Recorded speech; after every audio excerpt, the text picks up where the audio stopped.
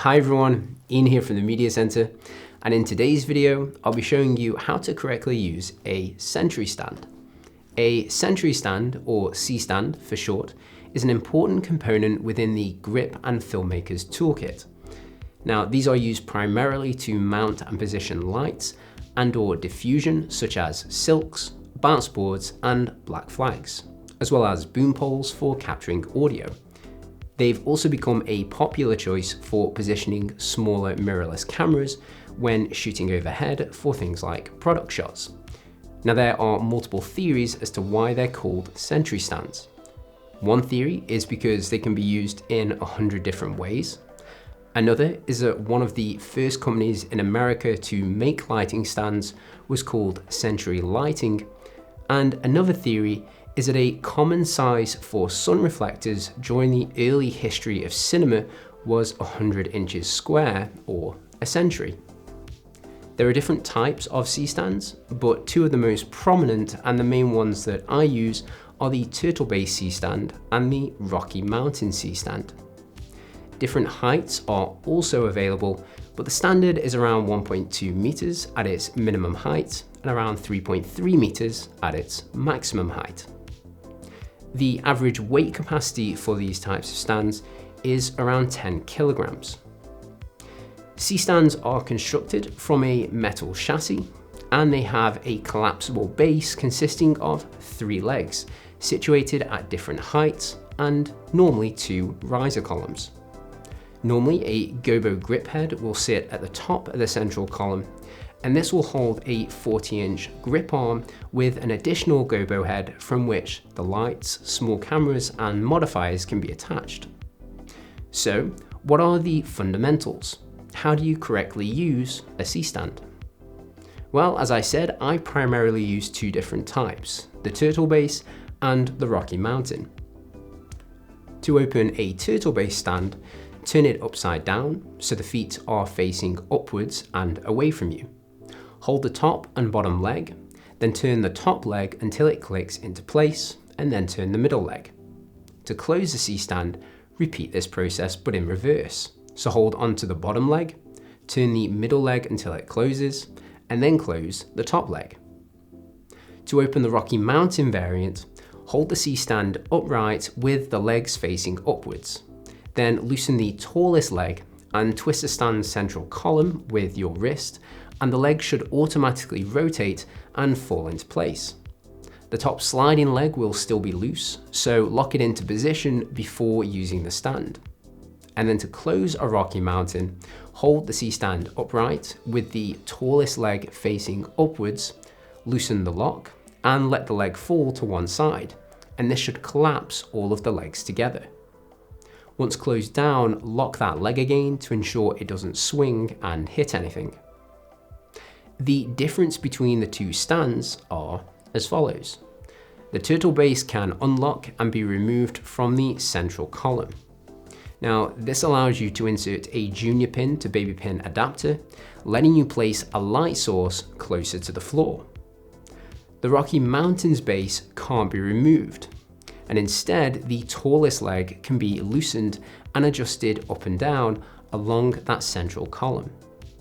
This allows the Rocky Mountain stand to be placed across uneven surfaces. So, what are some of the other health and safety procedures to be aware of when using a C-stand? When gripping a C-stand to move or pass to someone, make sure you grab both the riser and the Gobo arm at the same time. Failing to do this could result in your hand being trapped and potentially injured. When positioning a C-stand, make sure the tallest leg is positioned in the direction of where the weight will be, i.e. keep the big leg under the weight. This provides stability to the stand.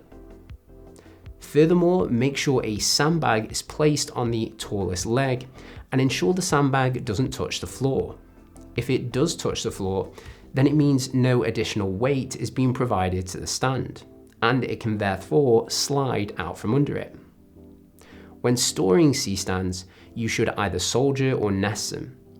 This means stacking multiple C-stands together in a convenient way, making them easier to store and work with on set.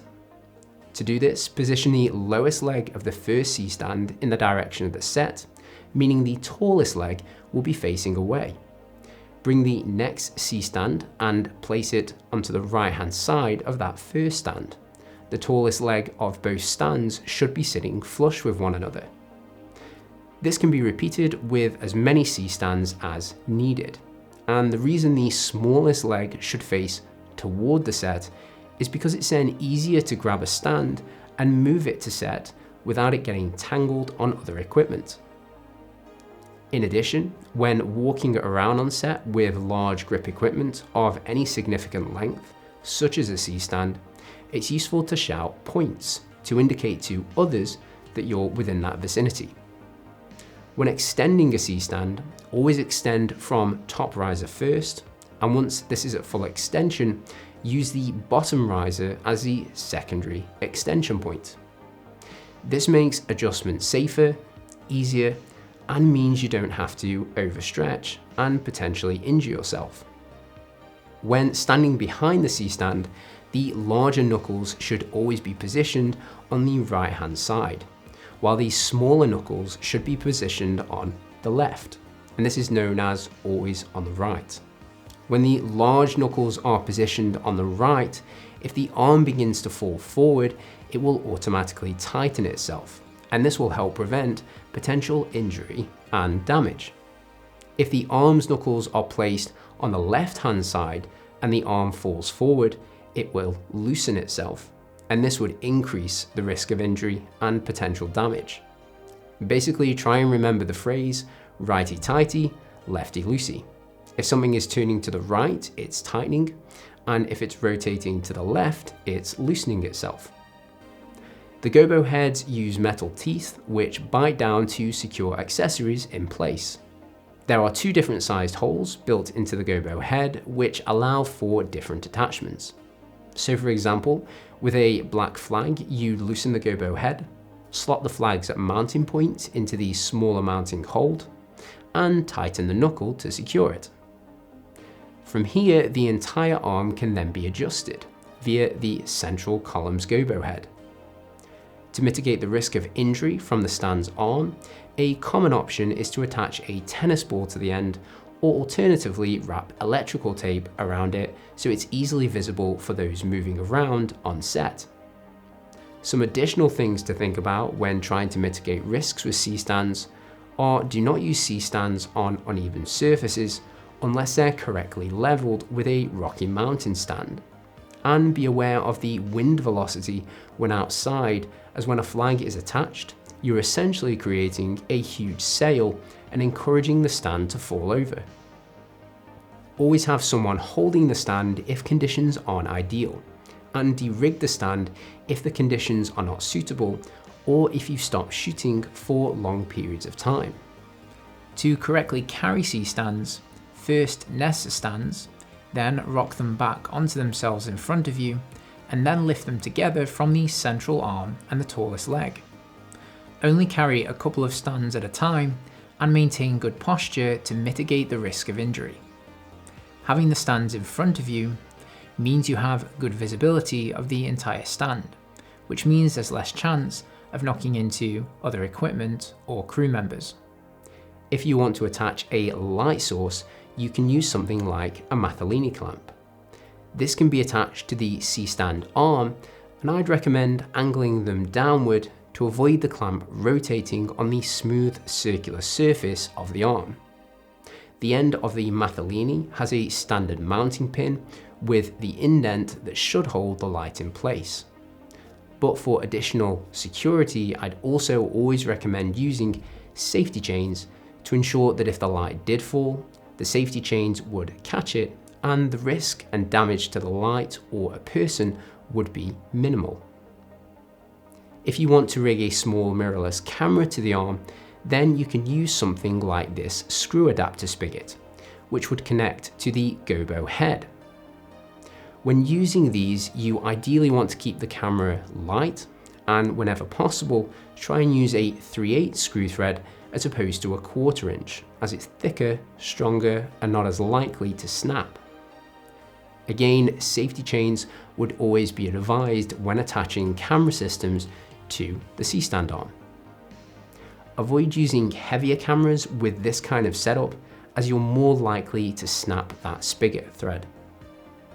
If larger cameras are required, then stronger and larger connection mounting solutions should be used, such as a boom arm. To add some additional stability to the build, a second arm could also be attached with an additional Gobo head, or you could use an additional clamp such as this Manfrotto magic arm. This will create more rigidity, and it will also help reduce micro vibrations occurring on the camera's image. Multiple C-stands can also be used for holding larger items, such as this skylight diffusion panel. In this scenario, each stand is holding the panel at each side. To ensure the panel is secure, and to give us the ability to adjust the panel's angle, we're using Matthellini clamps connected to each Gobo head. This gives us a secure fixing point, while still providing excellent adjustability and range of motion. Hope this helps. Thanks for watching. Keep shooting, keep being creative, and we'll see you soon.